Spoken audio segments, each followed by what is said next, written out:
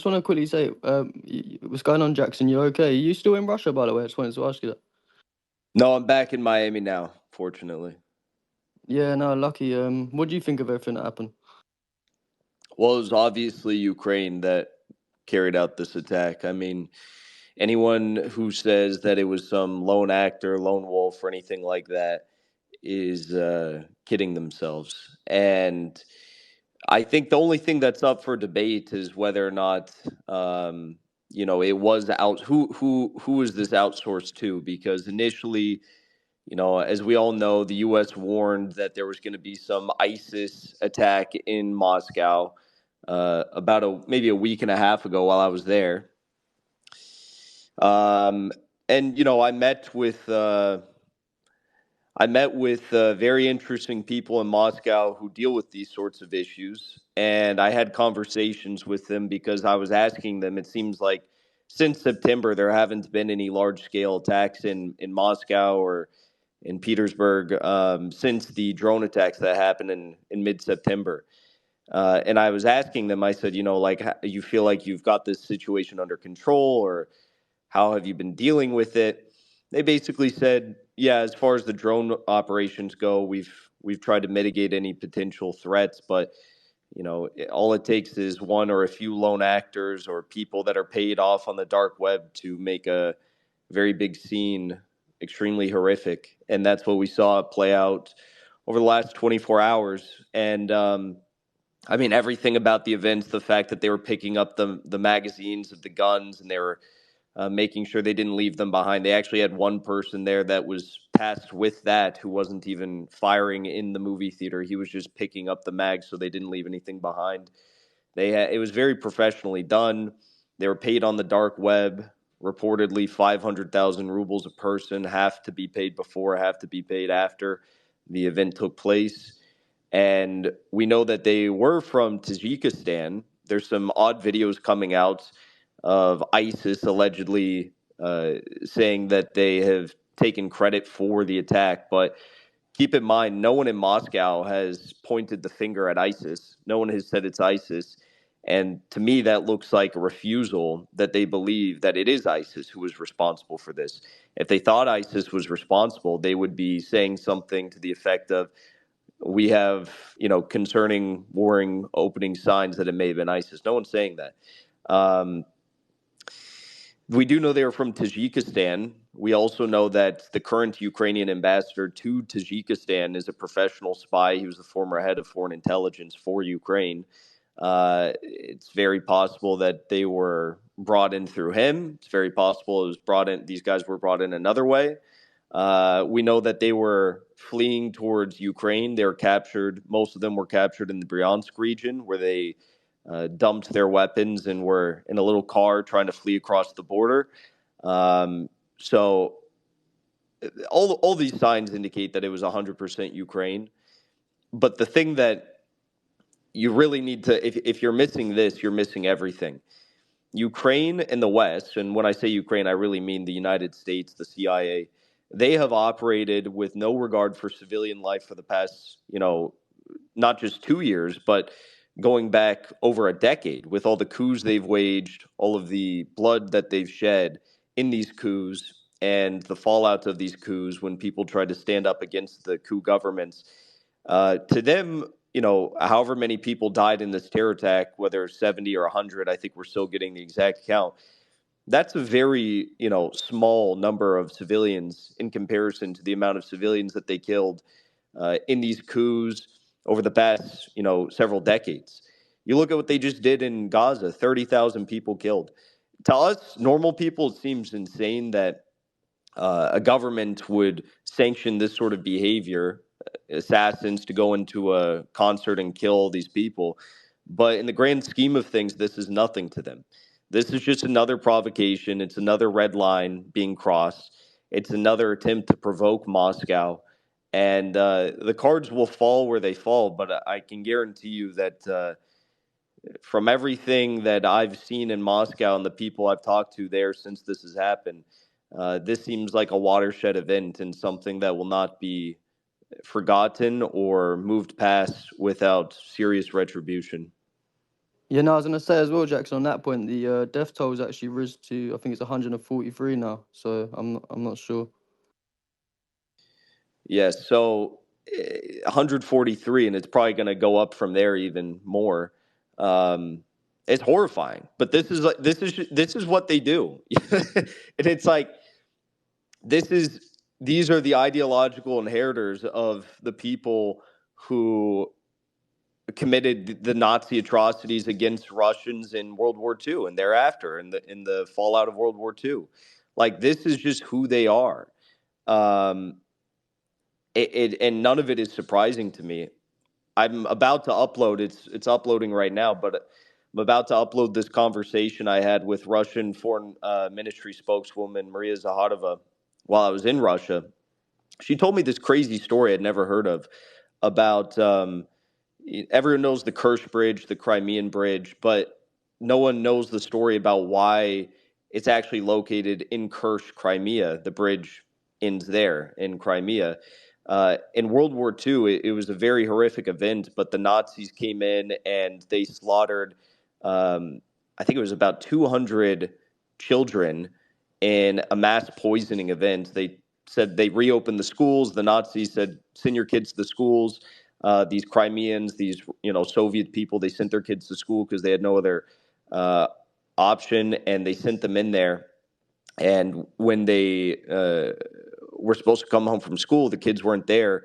The Nazis had taken the kids and done this mass poisoning of 200 kids, and it's just it's like when you look at that, when you look at the history, when you remember that this really wasn't that long ago, and the people impacted by these events still live on today.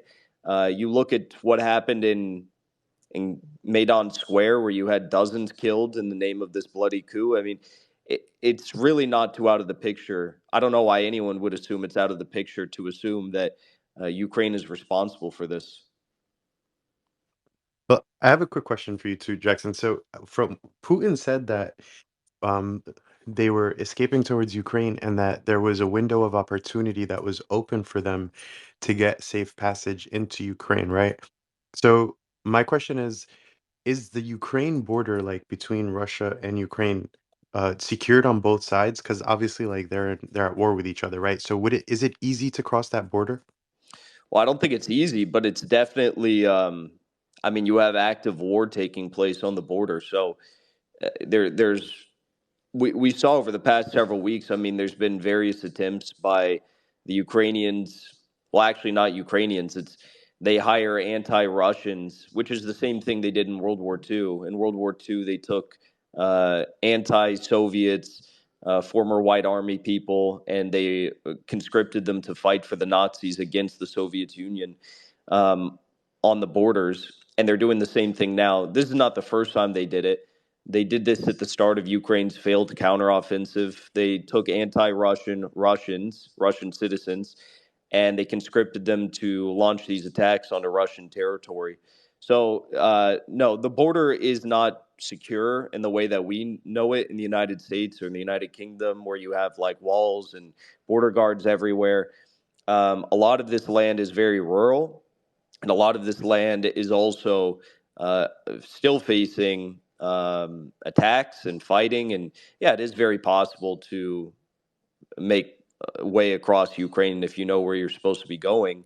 And if they had help from Ukrainian intelligence, then they definitely would.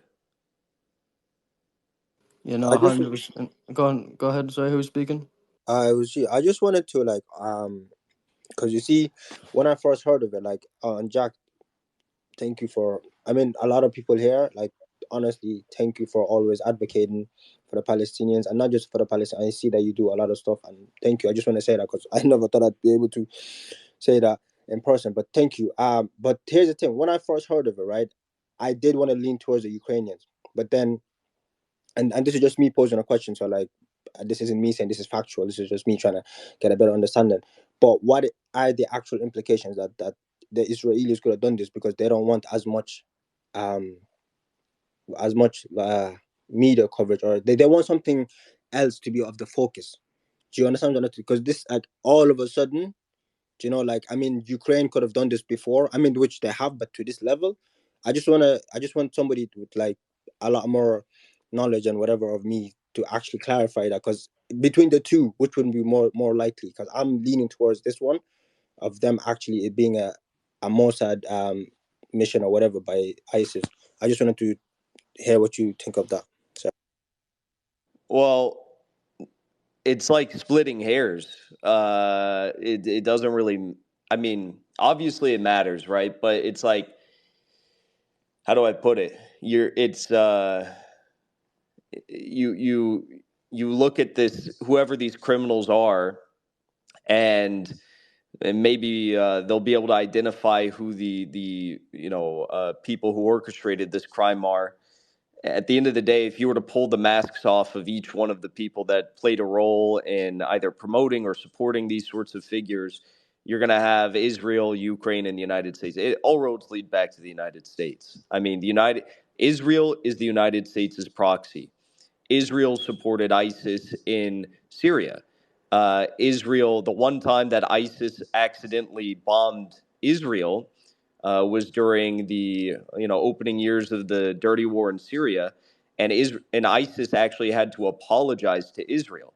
Israel provided air support for ISIS in Syria.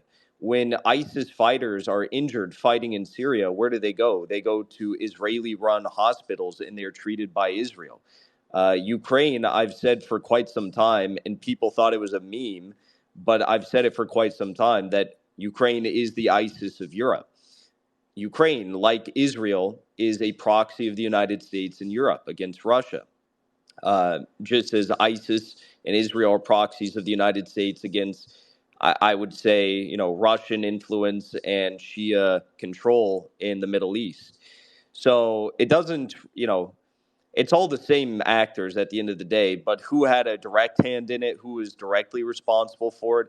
I believe it was Ukraine. I mean, there's the things I just mentioned that I won't repeat, but also Israel has their own mess on their hands. They are dealing with a behemoth of an issue in Hamas, and they also have the issue of Hezbollah and other fighting factions looming around the corner. So the idea that Israel would do something like this right now over a few harsh words and few statements from the Russian foreign ministry, I think, is a little bit naive. I mean, Ukraine is in a war with Russia, and again, these are terrorists. These are people who have no regard for civilian life. These are people who have violated every red line imaginable and who have tried to violate even more red lines that they've been stopped in the process of committing. Um, the, the the the other thing is that um, there are a lot of people in Israel and in Russia who do substantial levels of business with each other. So the idea that, and some of this is above the table, some of this is in secret behind closed doors.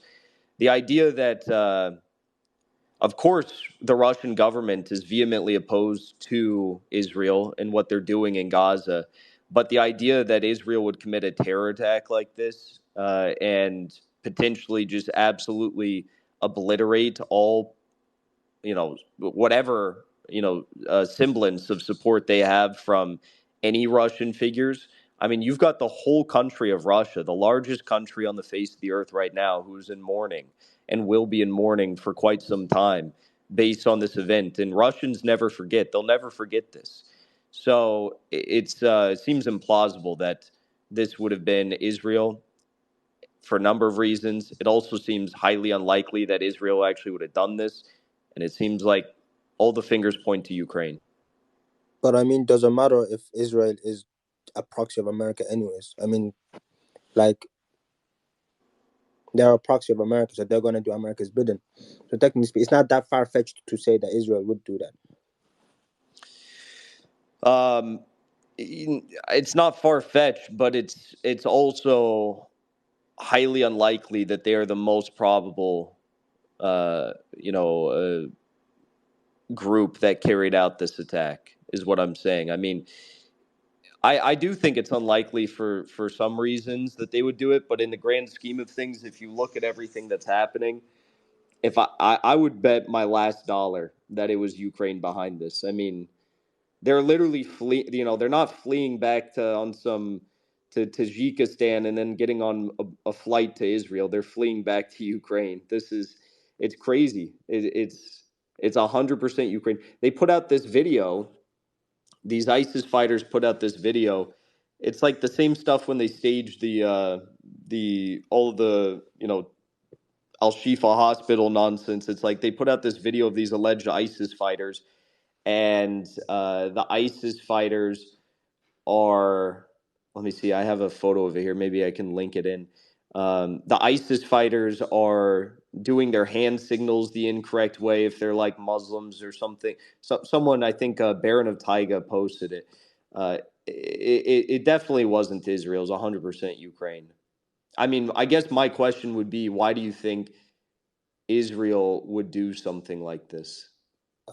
I think because they are literally losing their face on the public on the court of public opinion. Not only that, they're losing support. I mean, what I don't understand is that, Well, Mo, if I yeah, could okay, just okay. jump in real quick. So, because there are a couple of hands up too, and I wanted to go to next. But Jackson, I think the point he was trying to make is the fact that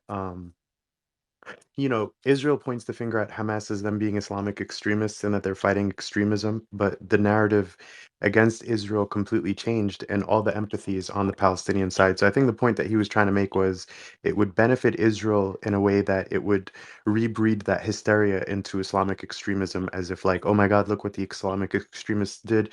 Israel is trying to defend themselves too. I agree with a lot of the points that Jackson was making, but the only thing I would say is Zelensky just ripped a page out of Israel's playbook. But Yeah, Yeah, I mean, thank you for clarifying. That's basically what I was trying to say, but thank you for clarifying. I see what you're saying. Yeah, I mean, the the thing is, it's like, oh, I don't know. Maybe that is an angle. I guess that could be true. I mean, it's just like Israel's got their own shit that they're dealing with right now, and obviously, Israel has fought against Russians in Syria. They are they're not but even through that, it's like they've managed to fight each other without committing these horrific atrocities like the one we witnessed today. And that, in my view, is probably an effort by the Israelis to not completely cut themselves off from any and all viable economic opportunities that they have with the rest of the world. But I think it's I don't know. I just think it's very clear. It's these Tajikistan guys. They were hiding on the dark web, just like Ukraine has been doing for all these other terrorist attacks. In fact, they even paid the same exact amount. They did the same thing with Tucker Carlson. They wanted to assassinate Tucker Carlson. They paid these guys. I think it was like 450,000 rubles in Russia to try and do this IED bombing on Tucker's car. It's the same script over and over and over again. Israel, I don't know if they have as much of a reason to do it. Also, last thing, Ukraine has uh, they've also discussed the fact that Ukraine has also been very open about the fact that they've had many of these militants who fought alongside these jihadist elements in Syria fight for the Ukrainian military against the Russians. So it's kind of like this clusterfuck of terrorists that are fighting in Ukraine right now against the Russians. So the idea that they just want to make Arabs look bad, I mean, they kind of already are. They're having Arabs uh, commit these horrific crimes for the Ukrainian Nazis against Russians for going on 2 years now. it's a good point. Thank you for that, Jackson. Brunella, go ahead. Thank you so much. I don't know if I was allowed, but I share something in the nest, and it's exactly the Amir Waitman that mentioned that Russia will pay a very high price for the fact, of course, that they were guests in the Hamas And this was a promise, and like they say, whatever the promise they will make. But it's a little bit what I don't understand is that people should always think a qui prodest. I don't think so that this will be very convenient, and this is why I agree with Jackson in several points. I agree with him with a lot, but today he got me in 2 points. The first one is that I don't agree that Ukraine is involved in this. Maybe is a side, a crazy side of it, but not directly, because it's absolutely not in their convenience now to perpetrate such a terrorist horrific attack like they did. And we always need to think we protest. And guys, the only one that really want to go in war and is really trying very heavily to go in war all over is US, and we know that. I hear very often people, because I'm Italian, but I changed many countries, many continents. I'm in Berlin right now, and I've been in Germany for the last few years. I finished the COVID year, and Germany was doing well off. We were absolutely doing well off, and we were starting again our business until the Nord Stream, and everything went collapsed down. And from there on, all our leaders, not only in Germany, guys, but all over Europe, are totally, completely in the hands of US. Or what I call Israel, because those are not our leaders. I mean, Scholz have something like between 12 and 40%.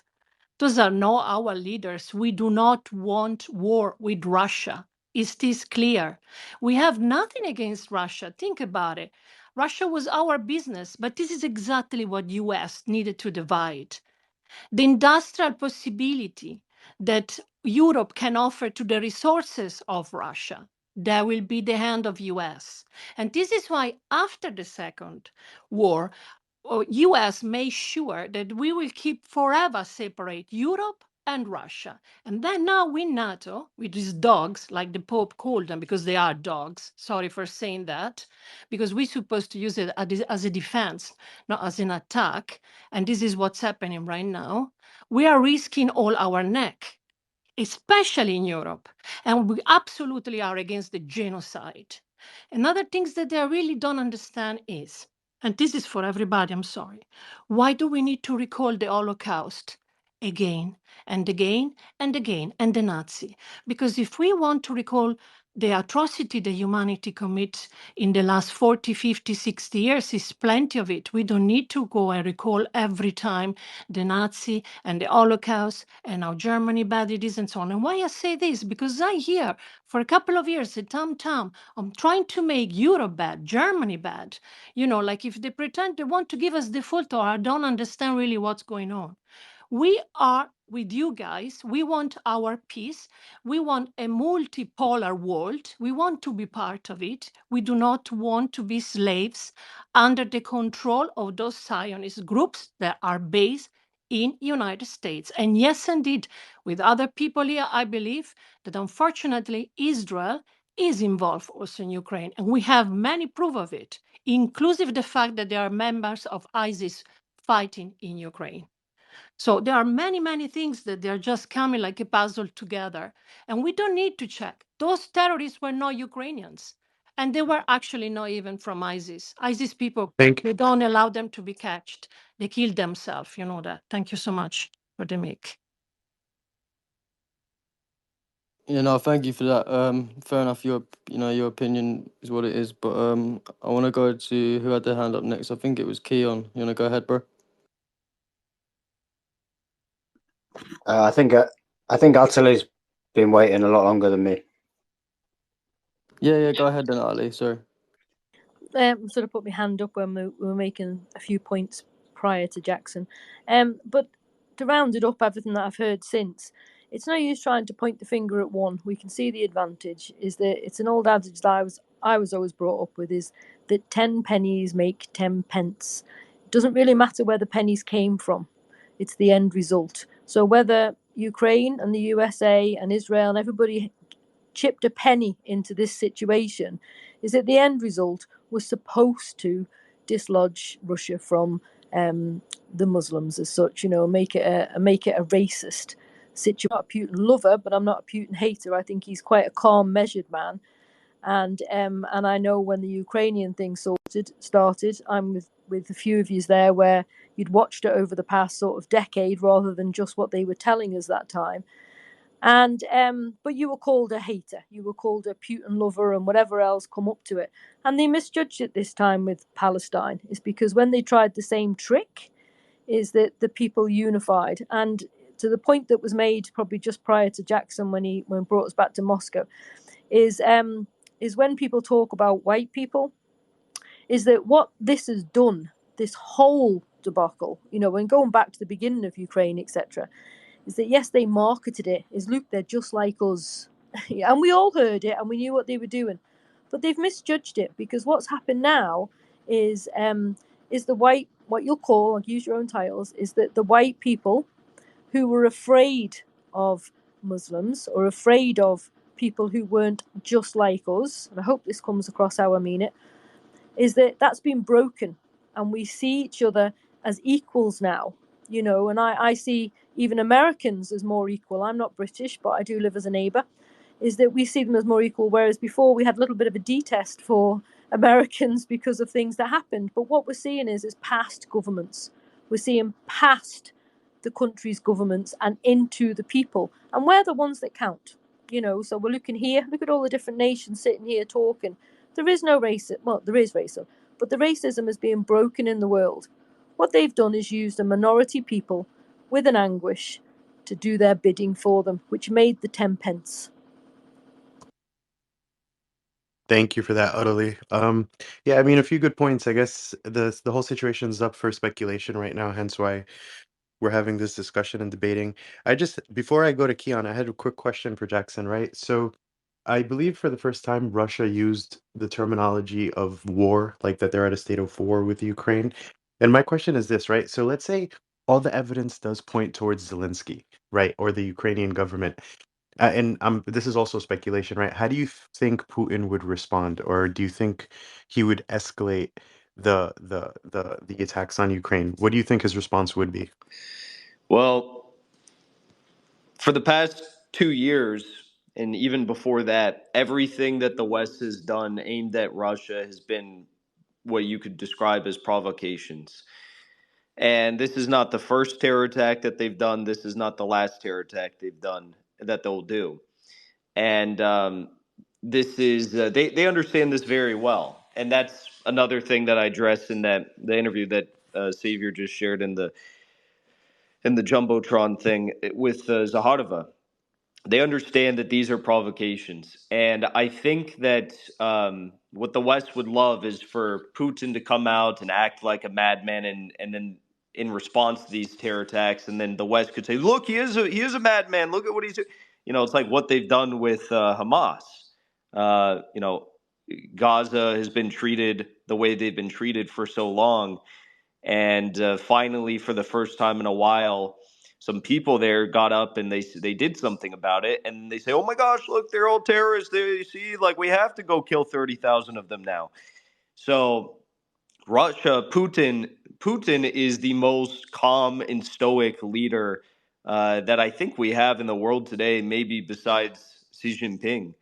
And he is very calculated, and none of his actions, none of his decisions are uh, guided by terror, or by emotion, rather.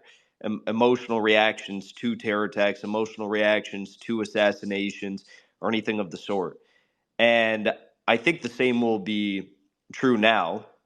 The only thing that we have seen is, like, when they killed Daria Dugina, or when they did the Crimean bridge attack, we saw an increased pulse in the level of either daily sorties that Russia was doing, or the level of bombs they were using, or what they were targeting in Ukraine. The mission for Russia does not change. The mission doesn't, now change to launching terror attacks in Ukraine. The mission doesn't change to, taking civilians hostage in Ukraine or anything like that. The mission is still the same. The question is how much they are going to, I guess, level up the way that they're pursuing it. Right. Thanks, Go Jackson. on, we'll go to Um, 7456 TY. Yo, what's happening, Xavier? Thanks for putting the space together. Really glad Jackson's in here. I wanted to pick his brain on Obama's visit to Downing Street. I don't know, man. I'm not trying to like dig a rabbit hole into a conspiracy theory or anything like that, but time and time again, it's always come down to Western complicity when it comes to these kinds of false flag attacks. You could call them, other people can call them state-sponsored terrorist attacks, whatever it is. This atrocity that happened in Russia and Moscow was terrible. Definitely stinks of British intelligence, definitely stinks of Western complicity, and definitely stinks of certain American directives. I wanted to ask Jackson, like, if it comes to light that that's the actual fact, what do you think? What do you think the next steps are going to be? Because as you said, I agree with you when it comes to Putin. He is like by far one of the most based, consistent leaders in the world who's actually got integrity all about him, man. So I'm just curious to know what your take is on what's going to happen next if more comes to light, of course. Thank you for giving me the mic, Xavier. That's all I had. Thank you. My guess is Putin's already very well aware who's behind this and understands what intelligence agencies were most involved here. And it's not really a concern of his, I think, to point the finger and say, yes, yes, it was you, it was them, it was whoever. Um, I think we'll be able to gauge what they believe based upon the Russian reaction. And I'd imagine it's Ukraine. Putin gave a speech a few hours ago saying that um, something to the effect of there are signs that there was Ukrainian involvement. That's his way of saying Ukraine did it. Uh, I don't think that you're going to see anything shocking because I don't think Putin is frankly shocked. I mean, I'd imagine he is feeling horrific and terrible about the situation. But looking at it from a pragmatic view, if you can, given its horrific nature, but if you can, it's he's probably feeling a little bit vindicated that yes, these are terrorists that we're dealing with. Yes, they are Nazis. Yes, they do need to be dealt with in one way or another, and that's what he's going to do. Just a quick follow up as well. Thanks for that, Jackson. Do you think we're going to see any kind of solidarity coming from the West in terms of, oh, let's change our colors on our flags, on our buildings to Russian or anything like that? Because I thought it was in very bad taste. David Cameron, I know, released a statement. He was still showing the Ukrainian flag on his profile picture on X. Nothing directly has come from Rishi Sunak on any social platform anyway. I haven't really been keeping much eye on the tube.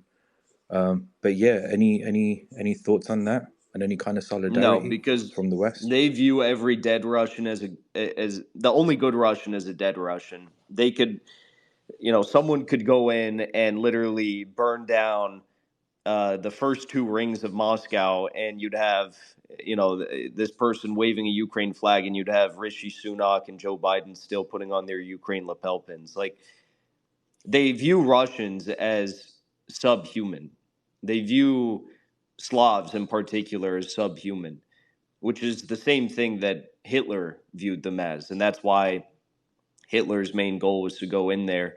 And, people talk about what was Hitler's main goal. Well, if you listen to what he said or what he wrote, uh, he talks quite a bit about Slavs and how they are genetically subhuman, inferior, and that's why he wanted to go and you know Germanize Russia, and that's why it was his main target, and that's why the invasion of Poland was such a big deal, and that's why 26. We always hear the number of 6 million, 6 million, 6 million. Yes, it's horrific that any one person died, but what about the 30 plus million Soviets that died?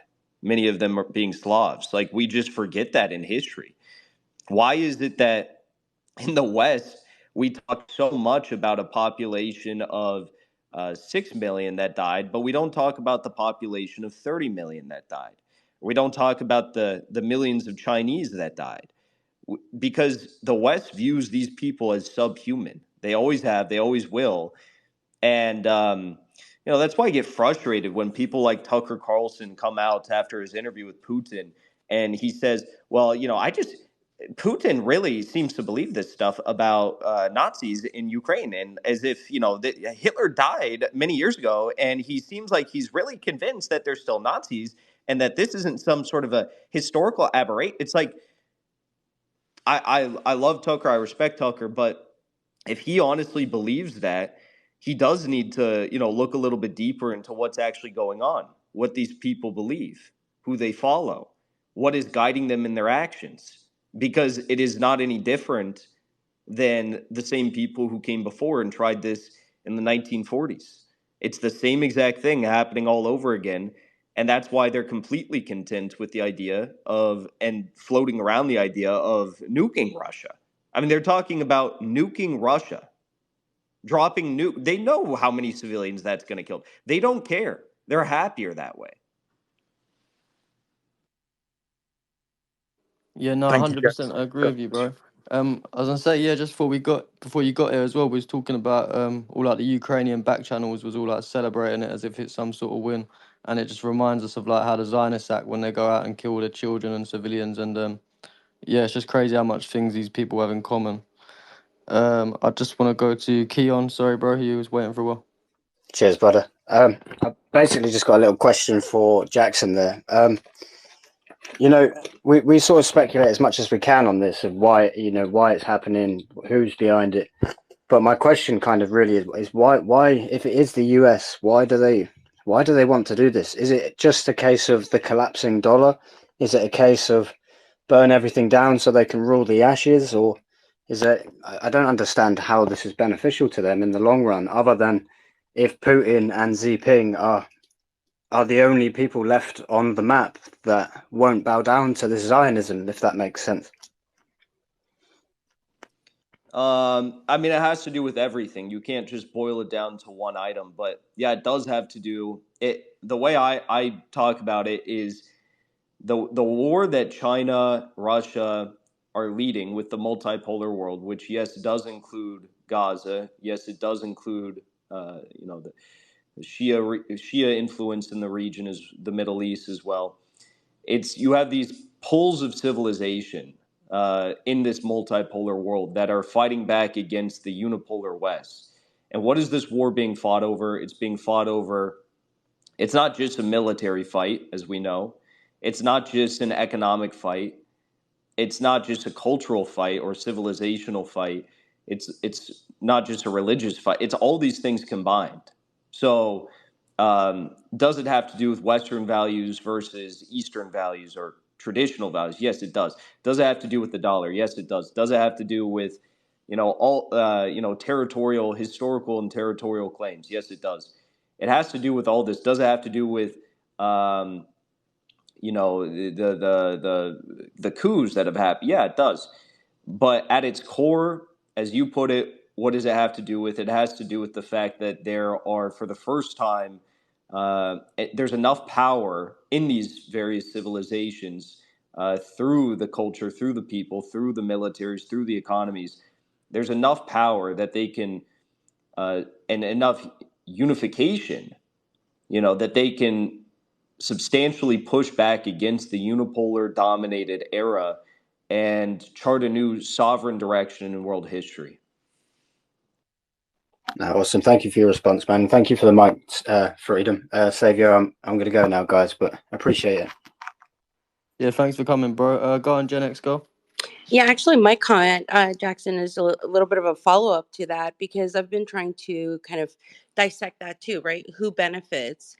And I wanted to hear your thoughts on kind of, some things that I've seen domestically in Russia, or where I see that this benefits is it's an attempt to cause a feeling of insecurity, instability within the Russian, society. I just saw this morning that the Liberty of Russian Legion, I guess there's some opposition group, is blaming Putin for the attacks and claiming that they orchestrated it and, orchestrated the media and stuff like that.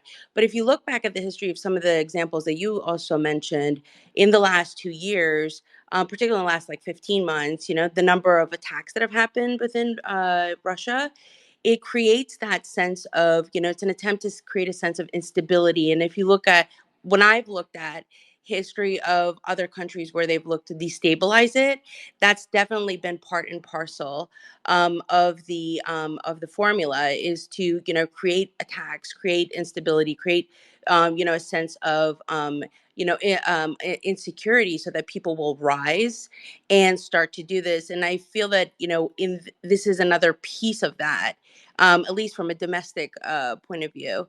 From an international point of view, I will, whether Israel had anything to do this with this or not, I don't know.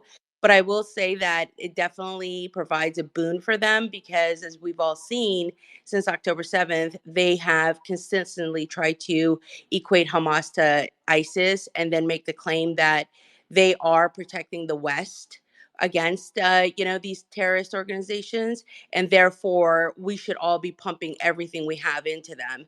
So I kind of see sort of this two benefit thing happening, and I was interested in hearing your thoughts on that. Yeah, I mean, as far as the latter point goes, I don't.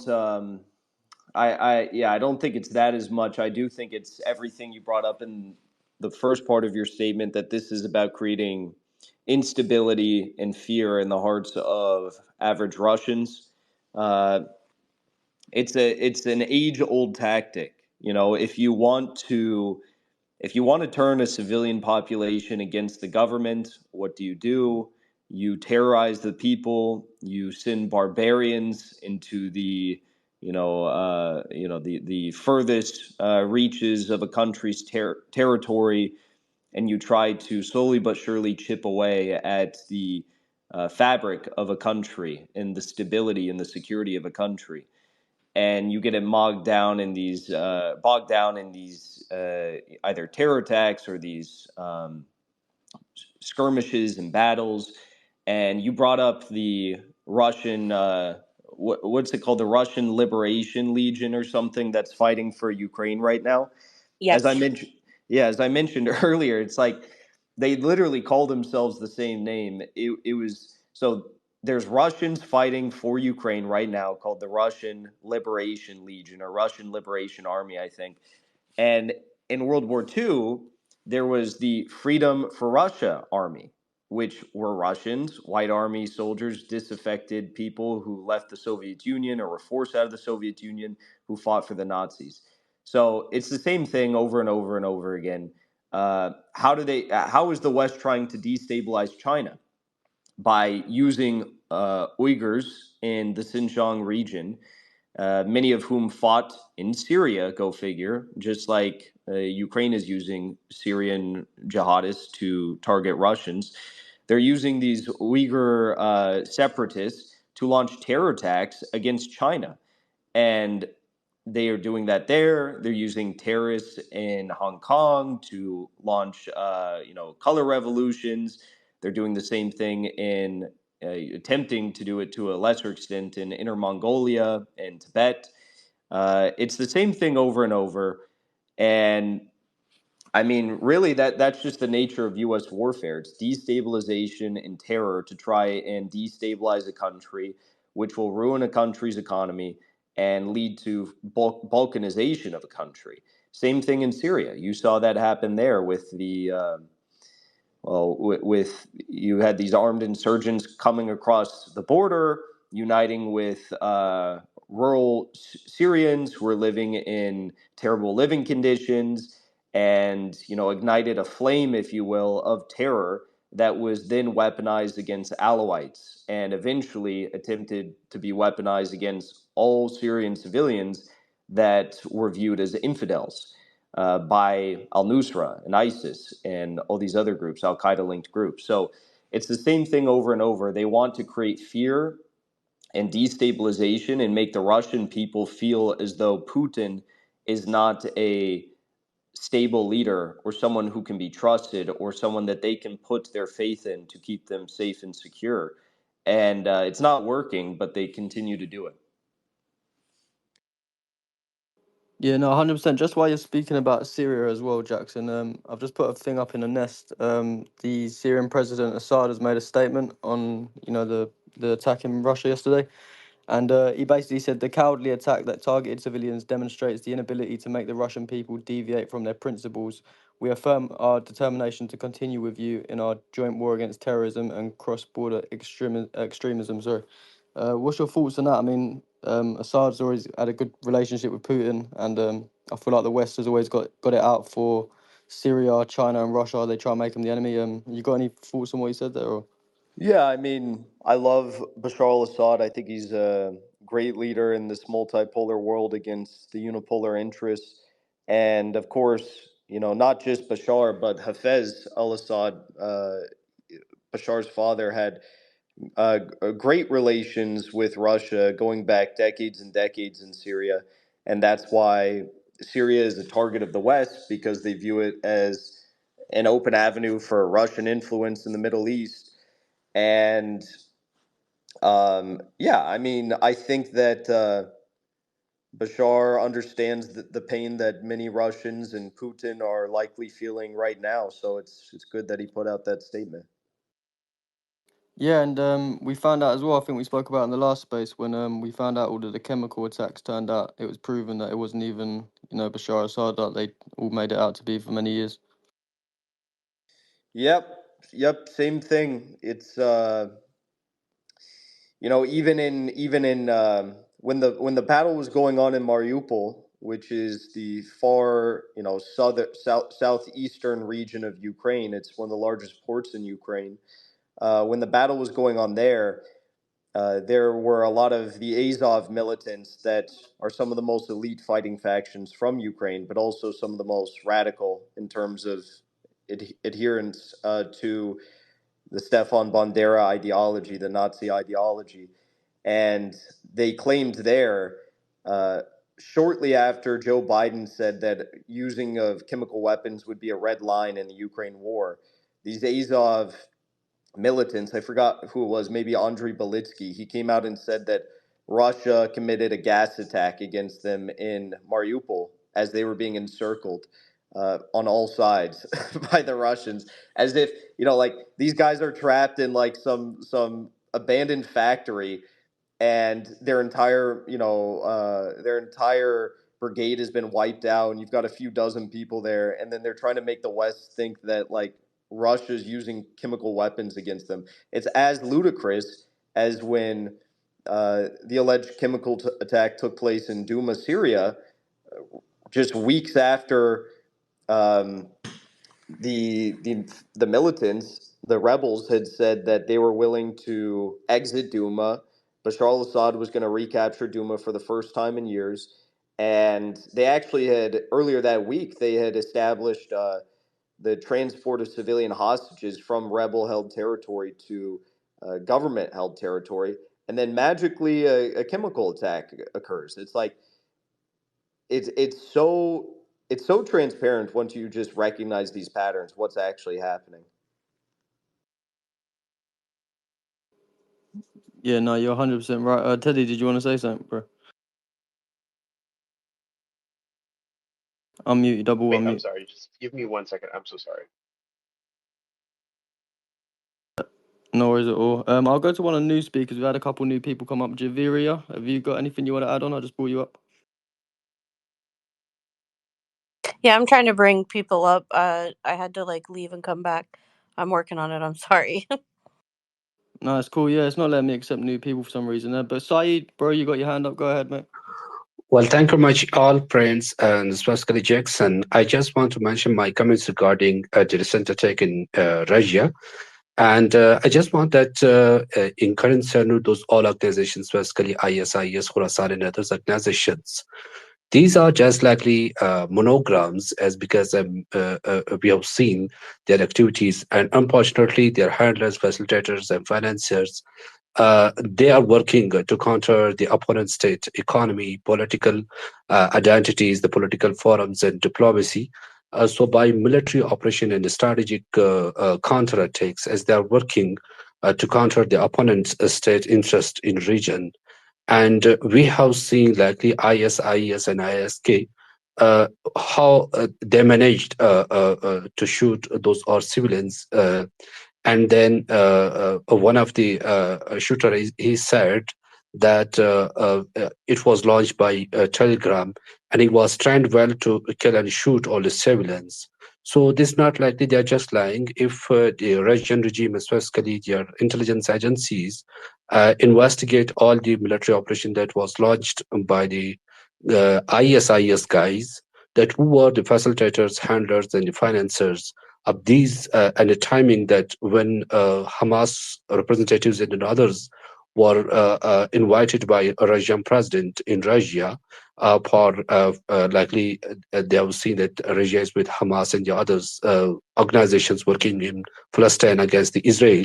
So we have seen likely the Israel, Mossad, and overall the CIA, they are trying to destabilize the political legitimacy and specifically those all states as they are trying to counter the US-based monopoly and colonialism-based identities in region. Well, it's time that the political and diplomatic channel should be utilized by major political powers, I mean China, Russia, and other states, that they should come towards to counter the terrorist ideas and the terrorist attacks as day by day. They are trying to kill the Palestinians, to Russians, and anywhere in the world. In Syria, they are trying in Syria even. So, being as likely political and defense analyst, my point of view regarding in Middle East, in Europe, in Asia, and anywhere in the world, those are likely they are trying to create some instability. They are responsible of war and terrorism. As Israel did, 30,000 civilians have been killed. And then again, they are trying to monopolize the strategies of the US for self-interest. Thank you, please. Yeah, thank you, bro. Remington, sorry, you got your hand up, and then we'll go to Javier. Yes, thank you so much. Just want to ask Jackson a question. I wanted to hear his take. Do you think that this operation that's been carried out using Tajiks is directly or indirectly funded by the West or supported in some material way in order to create internal division within Russia, to destabilize Russia and make Russia's war efforts be hampered in some way? Or this is an organic terrorist action that is just purely part and parcel of or organic, things that happen within Russia. What's your take on that, Jackson? Thank you. Oh yeah, I think it's 100%. This is all funded and supported by the West, by Ukraine in particular, and I think they will pay. They will pay in terms of blood being spilled. They will pay in terms of land territory being lost. That's not me saying that. That's just a matter of objective reality at this point. Ukraine will pay for what they did in Moscow last night, and no one in Russia will ever forget what happened. It's all you have to do is look at how Russia responded to the Crimean bridge being blown up. Like a bridge, a bridge was blown up, no one was killed, and the bridge was operational within 24 hours again. Russia, in return, responded by beginning a multi-month long pronged effort that was probably already to a certain degree planned, but they initiated the operation shortly after the Kerch Bridge bombing initially took place. And that went on for months. They targeted also, electric and hydroelectric stations and power systems in Ukraine. They wiped out all of Ukraine's power supply and caused widespread blackouts all over Ukraine. So if they responded that heavily to the attack on a bridge that resulted in zero civilian casualties, imagine how they'll respond to this. Can I just do a quick follow up, Jackson? In terms of war efforts, is it your view that Russia is now has gone through a level of experience whereby the war is inevitable, that Russia's going to win, and this is why there's rhetoric with Macron and all of this rhetoric about putting NATO soldiers across the Dnipro? Is this purely all rhetoric, or is this something that, in your view, the West is planning to do? I think there's a certain level of provocation that's at play with the statements we see coming from the West. I think I think Macron was maybe a little bit embarrassed that he was outed as a homosexual who was, coerced into a pedophilic relationship at a young age, and that his wife is actually not a wife; it's a husband. And I think that as soon as that came out, you started to hear him talk all tough and post these photos of him boxing and these edited photos of his arms looking all jacked. And then he talks about how he wants to wage a war against Russia. It's like, sorry, bro. Like, you've got a standing army of 100,000 people. You've got a standing army of 100,000 people. You maybe like, let's be generous. Maybe they could allocate 20 to 30,000 troops for an operation against Russia if we're being generous. Russia right now is getting 70,000 new volunteers that are joining their military each and every month. Like, they've got hundreds of thousands of people fighting in Ukraine. 70,000 are joining each and every month. What the hell is France going to do? The hell is the UK? They're on a little island. What are they going to do? What are any of these people going to do besides launch nukes? So that gets into a more serious topic of like nuclear warfare, because that's their only viable option. But in terms of launching a war, I mean, what are you going to do? So yeah, I do think a lot of it is attempts at provocation, and I think the Russians understand this, but also understand the serious natures to which this can very dramatically and quickly turn into something that would be world changing and very serious nuclear warfare. So I think they're aware of it, and everyone I've talked to seems to be um, amused to a certain degree that they think that the West thinks they can provoke Russia by putting out a statement like, "Oh, we're going to send our standing army of 30,000 men over." It's like, you're not going to do anything, but they do also understand that it could get serious very quickly.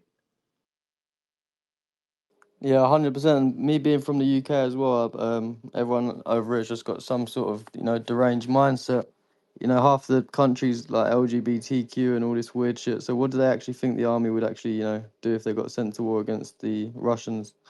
But yeah, we'll go to Javiria. Go ahead. Thank you, Xavier. Spack. Hello, Jackson. Jackson, I would like to know your views about, like, the U.S. Embassy on 7th March. They issued a security threat, a terrorist attack threat on their website, but Putin rejected that as a blackmailing. So, what do you think? What would be the repercussions on him by the Russian public? And then there were videos out yesterday that the terrorists were carrying a gun and was walking so easily. So, what is the security situation in Russia? Like, it's so easy anyone to walk on the street with that much big gun. Thank you. Well, yes, the United States did put out a warning that an attack of this nature would occur at some point. They encourage Americans not to visit large gatherings in Russia. Um, I was in Russia. I did take, note of this warning because it seemed concerning to me that the U.S. was magically putting out this warning right around the Russian election. So I think it was serious. And what I can say is that Russia, you said that, if I'm correct, you said Putin viewed this as a provocation. That's not true. I mean, I was meeting with, say, people who would know um, whether or not Putin viewed as a provocation or something serious, and there actually were multiple successful operations conducted by the FSB to stymie efforts of interlocutors of this planned event that eventually took place to stop it from happening. Maybe that's why it happened after the presidential election in Russia rather than before, which is what I think they wanted to do. I think they wanted this to happen right before or during or even on election day. That did not happen. But I do know for a fact, I can say that there were successful FSB operations to stop the attack, and unfortunately, it looks like whether they found a different group of people who could do it, or a plan B they had in store for this attack. Something went wrong. It occurred, and undoubtedly, Russia will again have to increase their security measures. But yes, it's insane to me that we're 2 years into this war and they still have things like this taking place. They need to they need to perfect their security, undoubtedly. Yeah, I agree with you, bro. 7456. Yeah, thank you. Just another thought I had. So I wanted to get your take on it, Jackson, if that's okay. Like, I don't know, it's the timing basically that's got me all messed up in regards to like Obama's visit to Britain, to Downing Street, and then what's happened since then, and obviously this attack now. And like I said earlier, it's definitely Western complicity in this in terms of planning and whatnot. But moving forward, I think they're going to quickly realize that Putin's directive, whatever he's got going, it's not going to change, and he's got an agenda himself, and he's not going to basically be phased by what's gone on. He's still going to end up doing whatever he was going to end up doing anyway. The war in Ukraine has been lost for a long time anyway. Ukraine is never going to win this. They lost it a long time ago. I'm just thinking ahead now, like, because in Britain, as Xavier said, right, I reckon most people who are in the armed forces, they definitely will not fancy fighting, especially a fight that's wrong, you know? And I think other parts of Europe, maybe even in France, I don't think French people give a fuck about what's going on outside of France right now. They're more concerned about what's happening in France. And just with that kind of a thought, it's kind of like troubling because I've just got this feeling, man, they're going to start doing false flag attacks both in England and elsewhere in Europe, possibly even in America, because it only helps those individual governments. Sunak is a piece of shit, you know, he's again a coward. He's definitely not going to end up winning that general election that's going to come up. And the only thing that's probably going to solidify his victory in a general election is possibly going to be winning the public's trust in a sense where he's already a leader. And if he's able to handle any kind of domestic disturbance, maybe that's what's going to clinch it for him. I don't know, man. It's just troubling a little bit. So just wanted to get your thoughts on that, if you've got anything to add on there. I think you're spot on with all of that. I think, I mean, yeah, you. I mean, like we're looking at it from a surface level, but there's very, there's a lot of deep level psychological strategies of war that are at play here. Regardless of how incompetent the leadership is in the UK and the US, we know they're the ones that don't call the shots and make these decisions about terror attacks such as this one. I mean, it's very possible that people in government didn't even know this was happening. These are the sorts of things that are carried out by deep state, as we all know, and even Ukraine has a deep state. Um, I mean, Zelensky, I'm sure, is aware of most things that happen, but I would not be surprised if you told me that some of the most horrific acts that we've seen throughout the past 2 years were carried out without his knowledge by someone else in his government, someone acting at the behest of the U.S. deep state, for example. So yeah, I think you're right on with all of that. Yeah, no, 100%. Who is next? I'm trying to think. We'll just go to Coach Mag. AJ, is it AJ? Yep. World's gone crazy. No, if not, we'll go to. Sorry, are you speaking, sir? Go on. Hi guys. Sorry about that. Yeah, so a question for Jackson, really. So, as you know, there's Russia very well. You know China very well, and I just wanted to ask you a straight up question. Why isn't China or Russia doing anything about what's happening in Palestine? Why don't they interfere and just join? I think I got the question. You cut out. Did he cut out for you guys? Yeah, he cut out as well. But I was gonna say I'd answer that as well. But I think that Russia's got their own sort of problems on their hands right now, and they're doing the best sort of thing that they can while they've got the SMO going on in Ukraine and the battle with the West. But what would you say to that? I'd say the same thing. Russia and China both have their own problems. They have economic, cultural, even population problems, military problems that they're dealing with. But the thing that everyone needs to understand, and this was one of the first things that Putin said to the people of Gaza when the events began to unfold in Gaza, he said, "Make no mistake, we're fighting the same enemy in Ukraine that you're fighting on your soil."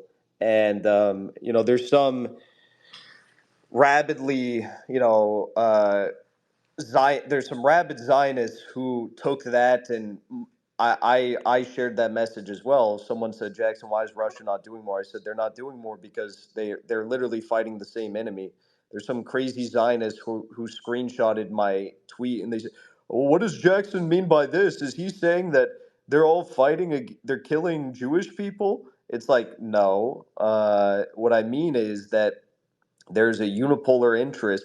This is the thing that, like, right wingers and Zionists, they all have a similar sort of decayed, uh, you know, porn-addled frame of mind when it comes to this subject.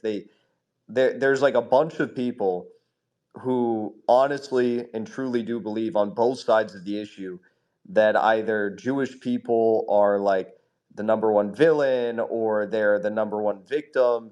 It's like that's such a ludicrous way of looking at the situation. The situation is you have a civilization, multi-civilizational struggle right now of vying poles of influence on the global stage, and Israel's a proxy of the unipolar world. Ukraine is a proxy of the unipolar world. That's what I mean. They're fighting the same exact enemy in the United States, in the deep state. And how do we know that? Because if the United States exists, if the United States magically ceased to exist tomorrow, Ukraine and Israel would both lose their wars. Okay, that has nothing to do with Jewish people. It has everything to do with the unipolar world order. These are proxies of the United States. And why is Russia not doing more? I mean, I could list all the things Russia's doing. Russia called for a Palestinian state at the United Nations, statehood, state recognition rather than just observer status. They have sent tons and tons and tons of aid into Gaza. They requested for the ability to build a field hospital in Gaza. Israel rejected that request. They have obviously supplied Iran with all the blueprints to the weapons that Gaza is now manufacturing or that Hamas is manufacturing inside of Gaza. So all the weapons you see Gazans using to blow up Merkavka tanks and Israeli soldiers are literally built off of blueprints from Russia. Without it, they'd have nothing. There's a lot more things that they've done as well, but these are just a few things. The fact of the matter is, Russia has to deal with Ukraine. China has to deal with Taiwan. It's the same enemy that they're fighting everywhere. The number one thing the United States would love, I think, is for Russia to get bogged down in another proxy war, uh, like they've done in previous decades of history, like in the Cold War. Yeah, exactly that. And I was gonna say that I think when people ask that question, they just expect like Russia to just come in and start bombing Israel or something, which is not ever gonna happen, especially with all of the stuff that they've got going on themselves. And even just yesterday, Russia and China turned down that veto at they vetoed the ceasefire due to the terms that America was trying to push for other things, and then act like they was calling for a ceasefire to make them look bad to the world, sort of thing. And also, yeah, Russia had the meeting with the Palestinian factions as well recently. So I feel like a lot of people forget all of this stuff. And a better question would be to ask, what are all the Arab countries doing to help Gaza? That would be a better question, I think. But I'm gonna go to someone else. Go to OK. Yeah, Hey, what's up, yeah. guys? I kind of wanted to touch on what you just brought up, Xavier. You guys don't You're think breaking Jackson? up a Sorry. little bit, okay? Oh, can you hear Okay. me So, or no? Yeah, I can hear you. I hear you perfectly fine. Yeah.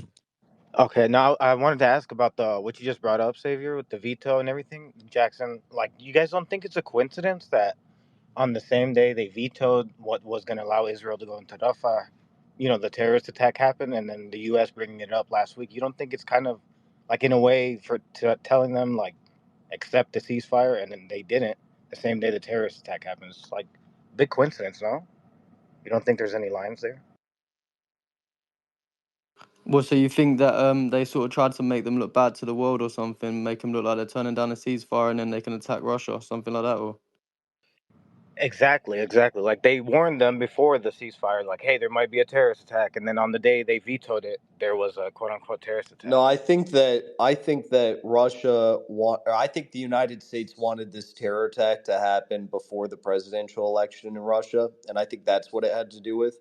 The presidential election did, coincide somewhat, I guess, the same week as this ceasefire proposal, but this election was historic. As we all know, Zelensky chose not to have an election in the middle of the war. Um, Something that is crazy. I mean, even Abraham Lincoln had elections in the middle of the Civil War. And so Zelensky didn't have an election, Putin did. They wanted to spoil this election in any way that they could. And I think that had the FSB not intervened in ways that they did, and it has not been made public from what I've seen exactly what they did, I think this terror attack probably would have happened in some capacity, uh, either prior to or on election day or during the voting process. All right, thank you. No worries, bro. We'll go to someone who hasn't spoken yet. Yeah, We'll go to Albert. Go ahead. thanks a lot. So, first of all, when we look at the whole situation now, we need to think about the United States, Ukraine, Israel as a one team, okay? Because all of them are in the same boat, all of them are in the same side. US taking the lead, although the Zionists are controlling the US, so the Zionists are taking the lead at the end of the day, okay? But when we look at the attack on Russia, I believe the reason for this attack is since October 7, United States are not able to support Ukraine and stand beside Ukraine as they were doing since the start of the war. Okay, so they just tried to support Israel in their invasion on Gaza and their genocide in Gaza. So they were just left Ukraine a little bit, and as we can see in the past 5 months, Russia already did a big improvement in Ukraine, and they got the control for a lot of places, and uh, they are really winning the war. Now, the reason for this attack, I believe that the United States is trying to drag Russia to a new battlefront to just win time until they finish up with the people in Gaza so they can come back to support Ukraine again because they are very afraid that until the war in Gaza is finished, Russia will take over Ukraine and that's it. The war is ended and they will just lose Ukraine as a sub country under the American empire. So I believe that is the reason for the attack. When we come to who did it, I believe that attack was organized fully by the Western intelligence agencies. If we look at the attack, there were five people involved, but who who put fire on the on that massive building? So the building is totally collapsed because of fire. Although the people were shooting the Russian people on the first level, they didn't put the building on fire. So there is another hands involved for sure. I believe that's a big plan, not by ISIS. Why they use the name of ISIS? The reason for using the name of ISIS is just to hunt one bird with two birds with a one rock, as we say. We do, we plan, we execute, and then we say that ISIS did this, so everything will start and come back to the Islamic regime and the propaganda about the Muslims and they are killing everyone in the whole world. That's all. That's my opinion. My last request is to Jackson. Jackson, we are really suffering to share our opinion in the other spaces in Twitter, since most of the other spaces are controlled and deleted by Zionists. So I really appreciate if you can keep organizing some of these spaces because we will be able to share our opinions here. Thanks a lot. Thank you, bro. I'm gonna go to someone else. Mofit, sorry. You wanna say Yeah, something? definitely, man. I'm so glad that you guys are covering this because when I woke up today, just like the speaker earlier, I was seeing that they're blaming ISIS and they're the Islam thing again. But that's why I like you guys so much. Shout out to the Savior Jackson. I see Teddy here expects.